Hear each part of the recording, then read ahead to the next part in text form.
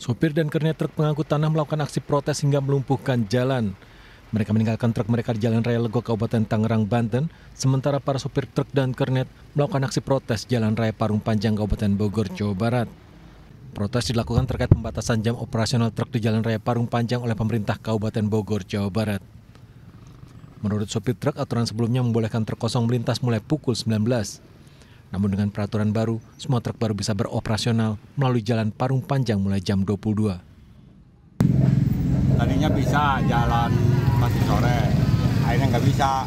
Oh, tadinya emang jam berapa dibatasinya truk ini?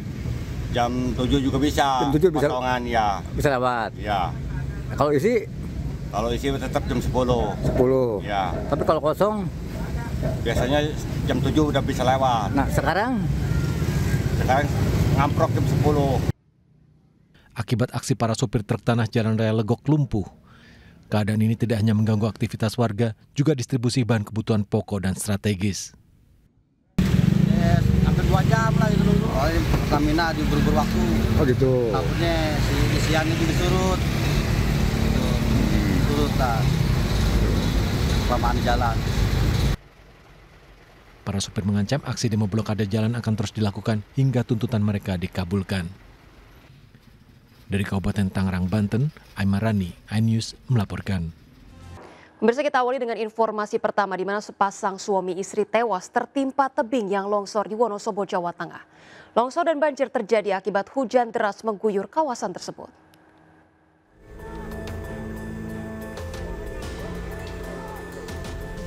Detik-detik evakuasi korban longsor berlangsung dramatis. Tim BPBD dan warga harus meniti tebing curam untuk mengevakuasi jasad pasangan suami istri. Sepasang suami istri yang tengah mengendarai sepeda motor tertimbun tebing yang longsor di kawasan Desa Kuadungan, Wonosobo, Jawa Tengah. Kedua korban tewas atas nama Pujianto dan Nani berhasil dievakuasi setelah 2 jam pencarian. Longsor terjadi saat hujan deras melanda kawasan Desa Kuadungan. Saat kejadian ada 4 orang melintas jalur tersebut.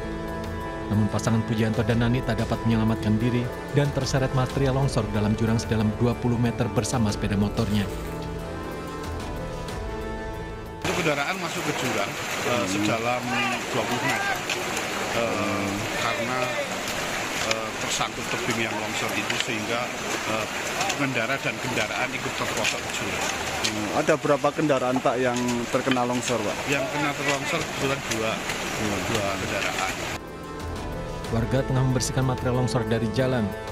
Beberapa pohon terpaksa ditumbangkan untuk mencegah longsor susulan. Dari Wonosobo, Jawa Tengah, Didik Dono Hartono, iNews melaporkan. Pemirsa, polisi menetapkan ayah dari keempat anak yang ditemukan tewas di rumah kontrakan di Jagakarsa, Jakarta Selatan sebagai tersangka pembunuhan. Penetapan tersangka usai polisi melakukan gelar perkara.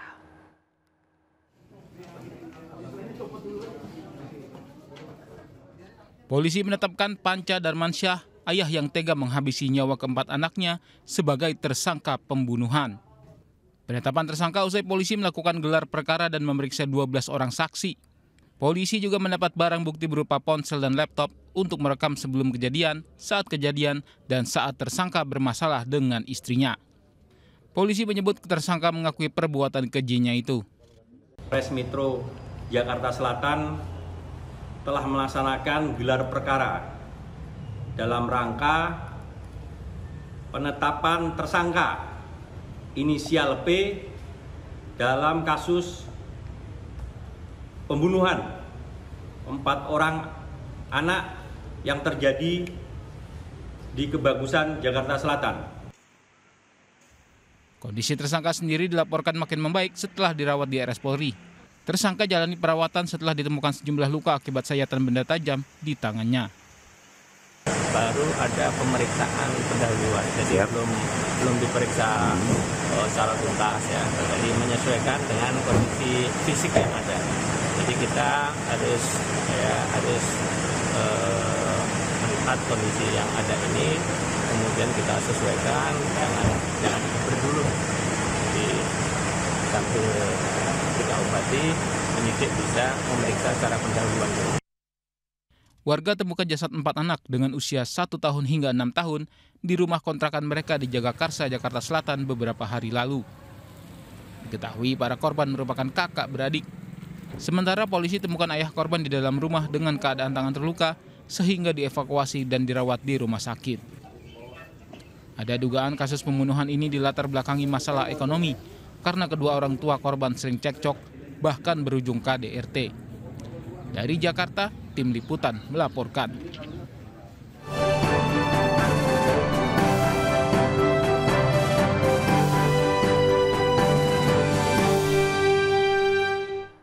Pemirsa, calon presiden nomor urut 1 Anies Baswedan memantau harga sembako di Pasar Kebo, Kuningan, Jawa Barat. Anies juga bersilaturahmi dengan para pendukung dan para ulama. Setelah menemui para pedagang dan pembeli Pasar Kebo, Kuningan, Anies Baswedan berkunjung ke rumah adat Kuningan yang merupakan patilasan Eyang Hasan Maulani, salah seorang pejuang dari Kuningan. Anies beserta rombongan diterima oleh para ulama sepuh dan keturunan Eyang Hasan Maulani. Mantan Gubernur DKI Jakarta tersebut memohon restu kepada para ulama untuk maju dalam Pilpres 2024. Selanjutnya Anies menemui para relawan dan simpatisan yang mendukung pasangan Anies Muhaimin Iskandar di Gor Ewangga. Ribuan pendukung dan relawan menyambut antusias kunjungan Anies yang diusung oleh Koalisi Perubahan. Dalam orasi politiknya, Anies mengajak seluruh relawan dan masyarakat untuk menyukseskan pemilu aman dan damai dengan semangat membawa perubahan yang lebih baik. Hati kita bersatu, hati kita... Calon Wakil Presiden nomor urut 1 Muhaimin Iskandar disambut meriah ribuan warga saat bersilaturahmi dengan pendukung dan relawan di Binjai, Sumatera Utara. Kedatangan Cak Imin di Gor Kota Binjai disambut atraksi kesenian tradisional serta pemberian pakaian bulang dan tutup kepala khas Karo. Dalam paparannya di hadapan ulama, tokoh perempuan dan kaum muda Ketua Umum PKB tersebut menyoroti kesejahteraan rakyat termasuk para tenaga pendidikan. Cak Imin menilai kualitas pendidikan harus diubah, salah satunya dengan memberikan kesejahteraan kepada para guru, termasuk dalam program meningkatkan kualitas pendidikan adalah memperhatikan kesejahteraan para ustadz dan ustazah. Sementara itu pemirsa, Menteri Pertahanan sekaligus Capres nomor urut 2 Prabowo Subianto mengunjungi korban erupsi Gunung Merapi di Kabupaten Agam, Sumatera Barat. Prabowo mengunjungi posko evakuasi korban bencana erupsi Gunung Merapi di kawasan Batu Palano, Kabupaten Agam. Di tenda pengaduan orang hilang, Prabowo menyampaikan rasa duka mendalam terhadap para korban, baik yang berhasil selamat maupun yang meninggal dunia. Prabowo juga berterima kasih kepada para relawan dan petugas yang bekerja tanpa pamrih demi kemanusiaan. Kunjungan Prabowo sekaligus untuk memastikan penanganan korban erupsi Gunung Merapi sudah berjalan sebagaimana mestinya. Prabowo secara simbolis juga menyerahkan bantuan 35 unit motor trail untuk petugas di Polresta Bukit Tinggi dan Kodim 0304 Agam. Menyampaikan bela sungkawa pada keluarga korban. Di tempat lain, pemirsa, calon Wapres nomor urut 2 Gibran Rakabuming Raka menghadiri deklarasi kaum buruh pelabuhan di Cilincing, Jakarta Utara. Para buruh pendukung Prabowo Gibran dalam Pilpres 2024 karena menilai program yang ditawarkan bakal membawa masyarakat Indonesia, termasuk kalangan buruh, kepada kehidupan yang lebih baik. Deklarasi dihadiri Gibran dan sang istri Selvi Ananda. Gibran dan Selvi juga membagikan sejumlah buku tulis dan susu kepada ibu-ibu dan anak-anak di lokasi tersebut. Dalam pidatonya, Gibran mengatakan akan memprioritaskan rakyat kecil, termasuk buruh pelabuhan, untuk segera mendapatkan sertifikasi profesi. Kesejahteraan keluarga termasuk ibu dan anak-anak juga menjadi prioritas Prabowo Gibran. Selain itu, Gibran mengajak gotong royong mempercantik tampilan Rusun Cilincing. Pemirsa, calon presiden nomor urut 3 Ganjar Pranowo menghadiri kuliah kebangsaan di kampus Universitas Muhammadiyah Cirebon, Jawa Barat. Ganjar menekankan perlunya penguatan terhadap KPK dan menyeret para koruptor ke Nusa Kambangan.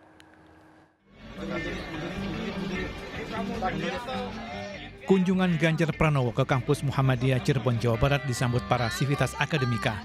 Ratusan mahasiswa menyambut capres nomor urut 3 tersebut dengan berjabat tangan hingga bersuah foto. Ganjar menghadiri kuliah kebangsaan sekaligus berdialog dengan para mahasiswa termasuk soal pemberantasan korupsi. Ganjar menilai perlu tindakan ekstra, diantaranya penguatan terhadap lembaga KPK dan membuat KPK semakin independen hingga menyeret para koruptor ke Nusa Kambangan. Bikin KPK makin independen dan kita bawa pejabat yang koruptor ke Nusa Kambangan agar kemudian dia bisa memahami, mengerti untuk tidak melakukan. Saya kira itu yang bisa kita dorong agar orang bisa tobat untuk tidak melakukan itu.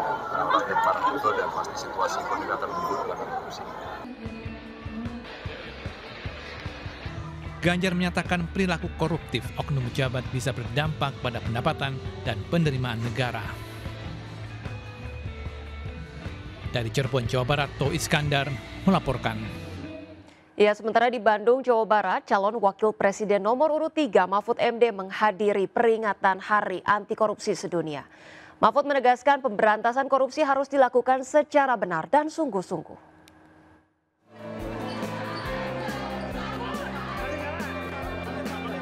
Calon wakil presiden nomor urut 3 Mahfud MD melanjutkan kampanye dengan menghadiri peringatan Hari Anti Korupsi Sedunia di Bandung, Jawa Barat. Di hadapan relawan dan simpatisan, Mahfud menyampaikan orasi kebangsaan terkait anti korupsi. Mahfud mengatakan Hari Anti Korupsi Sedunia merupakan momentum untuk merefleksikan diri dalam hal pencegahan dan penanggulangan korupsi di Indonesia. Mahfud menegaskan pemberantasan korupsi harus dilakukan secara benar dan sungguh-sungguh.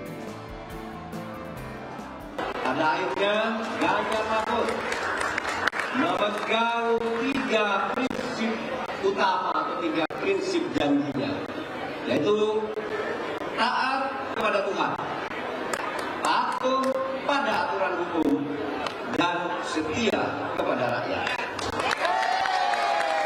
Terkait pencegahan dan pemberantasan korupsi, 3 hal yang ditekankan oleh Ganjar Mahfud. Siapa makan uang rakyat, kami lihat.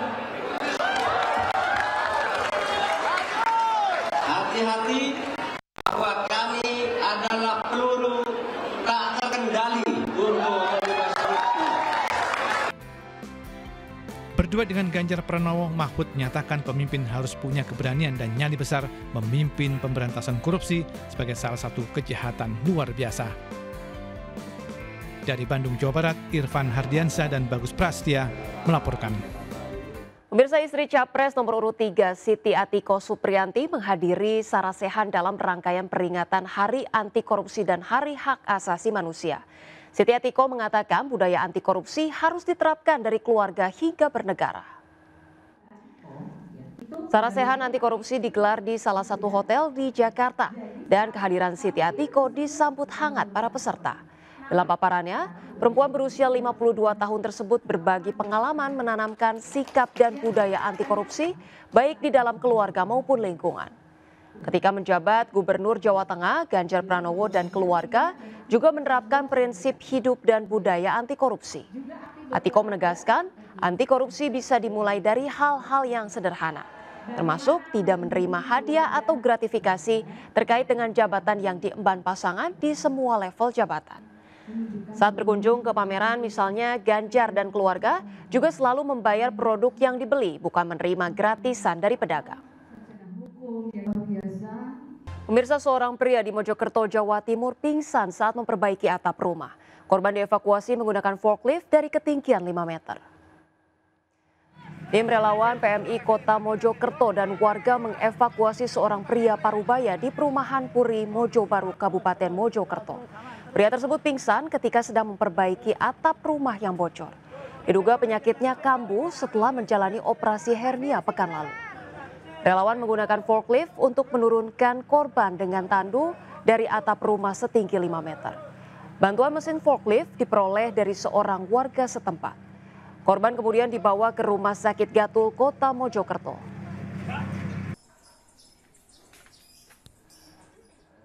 Pemirsa, seorang komika asal Lampung diduga menghina nama Nabi Muhammad dalam acara kampanye Capres Anies Baswedan di Bandar Lampung.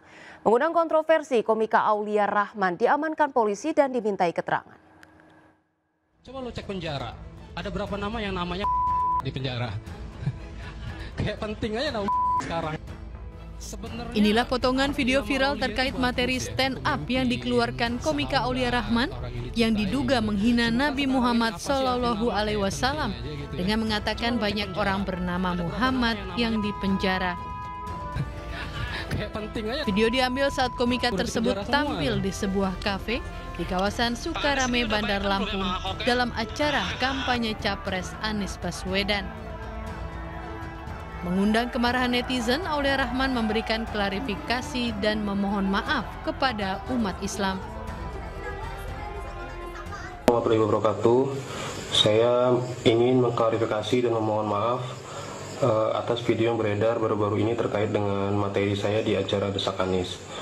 Di materi tersebut saya tidak ada maksud sama sekali menyindir Nabi Muhammad SAW.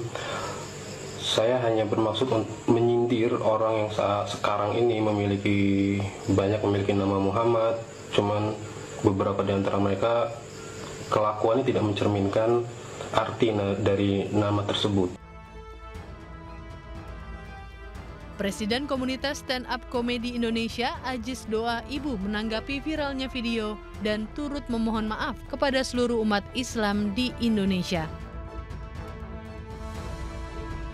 Menyikapi kasus ini, Forum Komunikasi Pondok Pesantren Kota Bandar Lampung mengancam Aulia Rahman akan menempuh jalur hukum. Kalau sampai tidak ada niat baik Aulia Rahman untuk minta maaf oleh tokoh-tokoh agama, maka saya, Ketua Forum Pondok Pesantren Bandar Lampung, akan melaporkan resmi sebagai jalur hukum penistaan agama ini. Ini udah masuk delik penistaan agama. Polda Lampung kini tengah memeriksa Aulia Rahman terkait dugaan penghinaan nama Nabi Muhammad SAW tersebut. Dari Bandar Lampung, Andres Afandi melaporkan. Pemirsa Anda yang sedang berwisata ke Candi Borobudur di Magelang, Jawa Tengah, hotel mewah yang satu ini bisa menjadi pilihan menginap.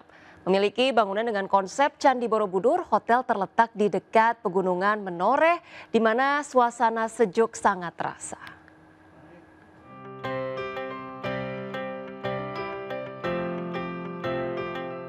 Ada salah satu rekomendasi hotel yang dapat membuat Anda nyaman saat berwisata di kawasan Candi Borobudur, Magelang, Jawa Tengah. Yakni sebuah hotel yang terletak di kawasan Sawah, Kecamatan Borobudur. Tak hanya mewah, hotel ini juga strategis karena lokasinya yang hanya 5 menit dari Candi Borobudur. Pengunjung pun bisa melihat bagian atas Candi Borobudur dari lokasi hotel. Bangunan hotel nampak seperti stupa Candi Borobudur karena sengaja dibuat lantaran sang pemilik terinspirasi oleh Candi Borobudur dan ingin memberikan kesan tersendiri bagi para tamu yang menginap. Tidak hanya bangunan seperti Candi Borobudur, menu di restoran hotel ini juga mengutamakan hidangan Nusantara. Sebetulnya saya menikah orang Borobudur, kemudian dengan keluarga dari Swiss, mereka visit candinya, dan waktu itu saya temanin tapi agak blank sedikit sambil lihat Buddha di dalam stupa. Dan saya pikir kok sampai sekarang, sampai saat ini belum ada rumah dengan bentuk stupa, padahal itu sebuah warisan dari kebudayaan dan arsitektur di Borobudur. Kalau di sini itu lebih nyaman, lebih enak, lebih tenang gitu loh, vibes-nya itu lebih enak dan kayak vibes Borobudurnya itu dapat banget gitu loh, jadi lebih nyaman sih. Kalau bangunannya seperti apa Mbak tanggapannya Mbak? Kalau bangunannya unik ya, karena belum ada yang seperti ini kan di hotel lain dan konsepnya juga bagus kayak mezzanine villa gitu. Berkunjung ke Borobudur tak ada salahnya menginap di hotel ini untuk mendapatkan sensasi menginap yang berbeda. Dari Magelang, Jawa Tengah, Puji Hartono melaporkan. Pemirsa, untuk mengisi libur akhir tahun, kami punya rekomendasi tempat wisata untuk Anda bersama keluarga. Nah, di Kudus, Jawa Tengah ada salah satu museum jenang ini yang tak hanya menyajikan sejarah, namun juga memiliki banyak spot unik untuk bersuah foto.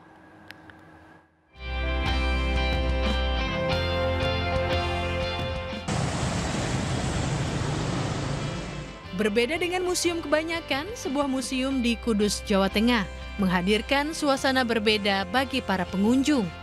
Puluhan anak-anak sekolah dasar ini bahkan antusias menikmati kunjungannya ke Museum Jenang Mubarok di Kudus, Jawa Tengah.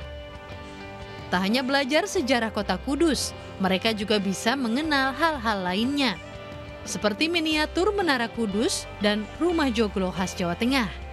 Di tempat ini Anda juga bisa menemukan proses pembuatan jenang, mulai dari alat pembuatan jenang hingga asal-muasal jenang itu sendiri. Ada juga berbagai mainan anak tempo dulu, hingga kapal yang sangat terkenal yang dijadikan pengangkut tembakau pada zaman pendudukan kolonial Belanda.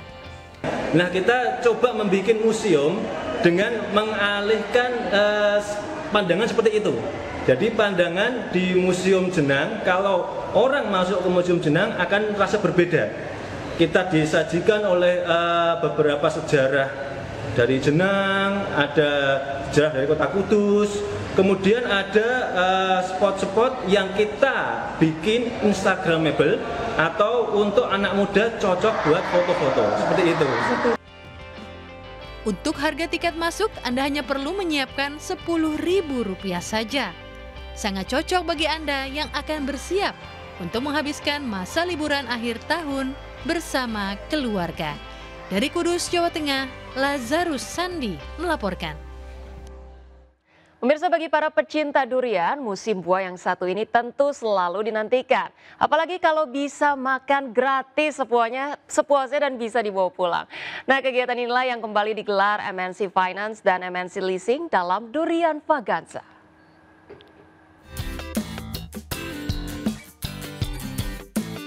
Berlokasi di kantor cabang Jakarta, MNC Finance bersama MNC Leasing kembali menggelar Makan Durian Bersama.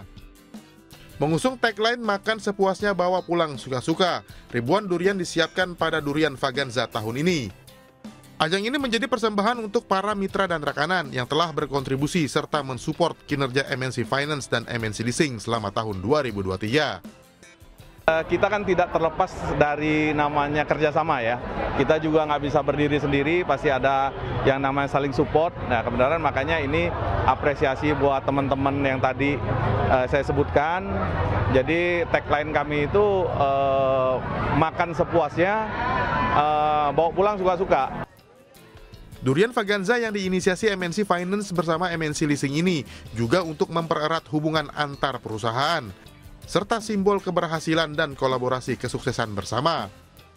Dari Jakarta, Aryadin Al-Afghani Nur, iNews melaporkan. Pemirsa, pebiliar asal Jakarta, Edward menjuarai Popsi Pool Circuit Seri 6 2023 di Kota Makassar, Sulawesi Selatan.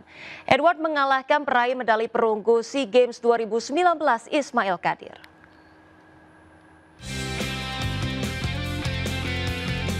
Final Popsi Pool Circuit Seri 6 2023 yang digelar di Kota Makassar, Sulawesi Selatan berlangsung sengit. Pembiliar asal DKI Jakarta, Edward menantang pembiliar tuan rumah dari klub JRX Sulsel, Ismail Kadir yang tidak lain adalah salah satu pembiliar unggulan nasional. Berhadapan dengan peraih medali perunggu SEA Games 2019 tidak membuat Edward gentar. Di babak final ini, Edward berhasil keluar sebagai juara setelah mengalahkan Ismail Kadir dengan skor 9-8. Ya, sangat senang ya. Setelah bisa mengalahkan ya dibilang lebih bagus lah di Indonesia, Bang Mail. Ya, saya sangat senang. Final yang kita nonton sangat seru, di mana Edo dari DKI keluar sebagai juara pertama. Tentunya dari hasil ini juga akan merubah ranking nasional. Berakhirnya seri 6 di Kota Makassar sekaligus menutup gelaran Popsi Pool Circuit tahun 2023. Selanjutnya, para pembiliar tanah air yang masuk top 10 ranking nasional akan mempersiapkan diri mengikuti ajang Indonesia International Open 2024. Dari Makassar, Sulawesi Selatan, Leo Muhammad Nur, iNews melaporkan.